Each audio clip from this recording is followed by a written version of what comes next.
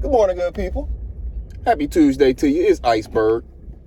Hopefully your morning's starting off on a wonderful note. You've already spoken your positive affirmations to yourself and your mind is in a forward-thinking position about going out here and conquering this day. It's a beautiful morning here in North Carolina. We're into spring. We're into April. April's my favorite month of the year. Multiple reasons. It's my birthday in April.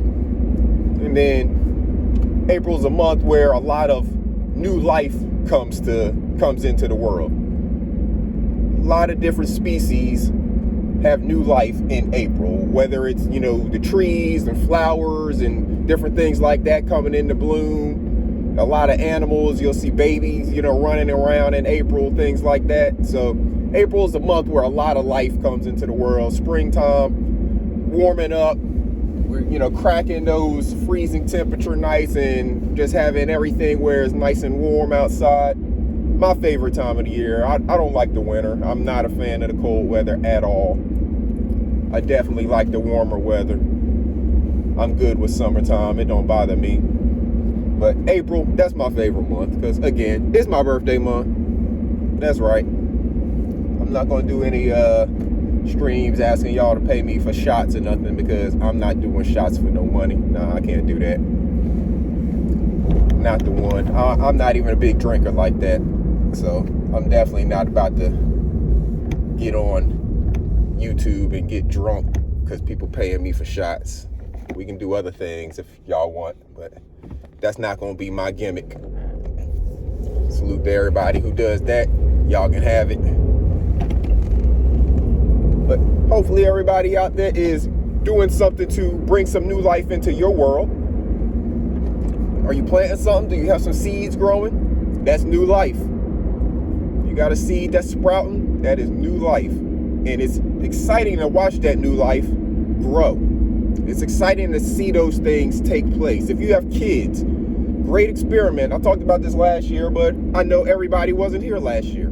Great experiment for you to do with your kid is to get some seeds of whatever it is that you and your family like to eat, especially if it's something that the kid likes to eat, because if you get them fully immersed in it, they'll be, almost obsessive about taking care of that thing. But get some seeds of whatever it is that you and your family like to eat. Germinate those seeds. Do it with a paper towel, water, plastic bag, right? Put the seeds in there. It's very easy to figure that out. You just moisten the paper towel, put the seeds in there, close the plastic bag, right? A couple days, you're going to see those seeds start to germinate. You'll see the little sprouts come out. The kids will be fascinated by that. And then you take those seeds, put them in some soil in a container. Watch it grow. Give it some water. Water it as necessary for that seed. Plant it as deep as that seed is supposed to go. It says all of that information on the packaging, or you can look it up. But if you do that with your kids, they will get into gardening and growing food at an early age. Again, we talk about a lot of the things that kids get indoctrinated into their minds, say like in the schools, the school curriculums. Why is that? Because the school, you give your child to the school while you go to work. Therefore, the school is the one that gets to indoctrinate their mind on all of this stuff. But if you, before they even get to that school age, because I understand, sending them to school is necessary for some people because not everybody can afford to have a stay-at-home mom and homeschool their kids. So before they get to that school age, you can already have their mind indoctrinated on what it is that they are thinking about doing. So if they're into gardening and growing plants and whatever already, by the time they go to school, that's something that school may not be able to take away from them. Because they're still going to come home and have all of their garden and plants and stuff, and they'll actually maybe get some of the other kids interested in it. They could bring, for a field trip, they could bring the school kids to their garden. There's a whole lot of ways that you and we as the people can take the mindsets of the children back. But if you just give it over to school curriculums and television programming, then you're not really looking to have control of it or have any influence or say in it. We, as the people, have to indoctrinate the minds the way that they need to be thinking about the things that are important and things that are going to be necessary for them to be productive adults in this world. All of us right now who are adults have gone through school and learned a lot of subjects, and were forced to learn a lot of subjects that we never used most of those theories from that subject again in life. But we were forced to go through it because the government at that time thought that was important. Well, our government does a lot to hold us back.